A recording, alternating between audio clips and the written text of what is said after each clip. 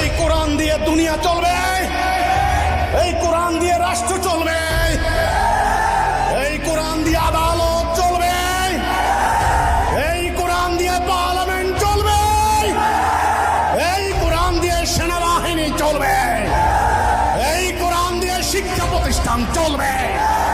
এটাই হলো কোরআন, আমাদের জীবন বিধান, এটাই আমাদের পরিচয়, আমাদের মাথার মুকুট।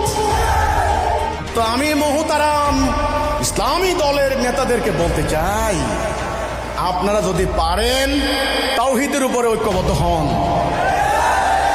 তাওহীদ তাওহীদ, অন্য কোন সরকারের অমুক তমুকের বিরুদ্ধে ঢিল মেরা লাভ হবে না। তাওহীদ, রাসূলুল্লাহ যে ঐক্য করেছেন তাওহীদের উপরে ঐক্যবদ্ধ করেন, আল্লাহর দেওয়া কর্মসূচি অনুসরণ করেন, তবে ইসলাম প্রতিষ্ঠার স্বপ্ন দেখেন, না হলে স্বপ্ন দুঃস্বপ্নই থেকে যাবে।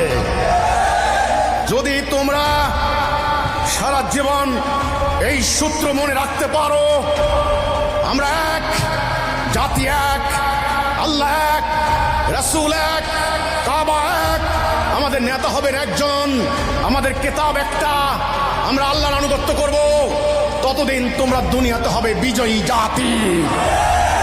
ইন্নাদ দীনা ইনদাল্লাহিল ইসলাম। দিন কিন্তু দুই প্রকার। কয় প্রকার? আল্লাহর দেওয়া, মানুষের তৈরি করা। আমরা কোনটা মানব? মানা উচিত কোনটা? বাস্তবে এখন কোনটা মানি? মানুষের তৈরি। মুসলমান থাকি আমরা? আপনারা বলুন তো দেখি, থাকি না?